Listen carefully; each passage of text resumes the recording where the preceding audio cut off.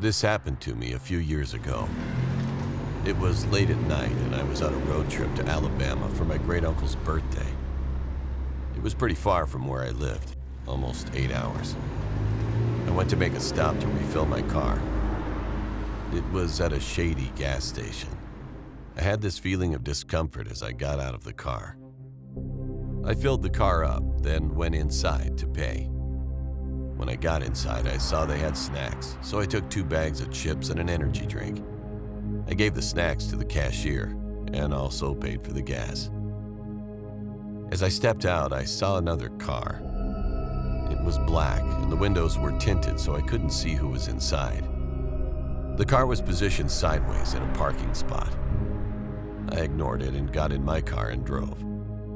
I was driving in the countryside, so there were no streetlights.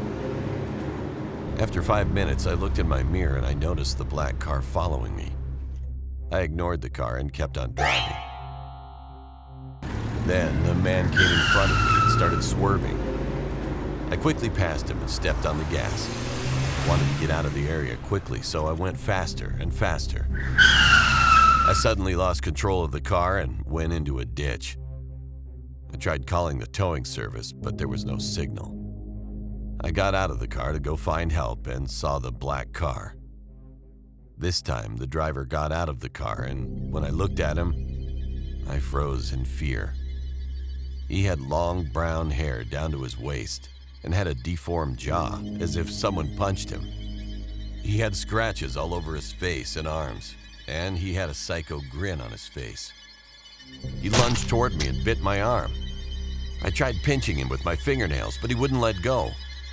He pulled out a knife and tried to stab me. I thought, this is it. Then I heard sirens. The man put the knife back in his pocket and gave me his psycho grin as he ran into the forest. I waved down the police and told them everything. The officer who went into the woods caught him and put him inside the car. Apparently, the man escaped from a mental asylum a week and a half ago and stole a car from one of the nurses. The cops helped me call a towing service, and then when I was back in the city, I rented a car to go to my great-uncle's birthday. All I was thinking about was the man. If the cops had gotten there a few minutes later, I would have been on the news.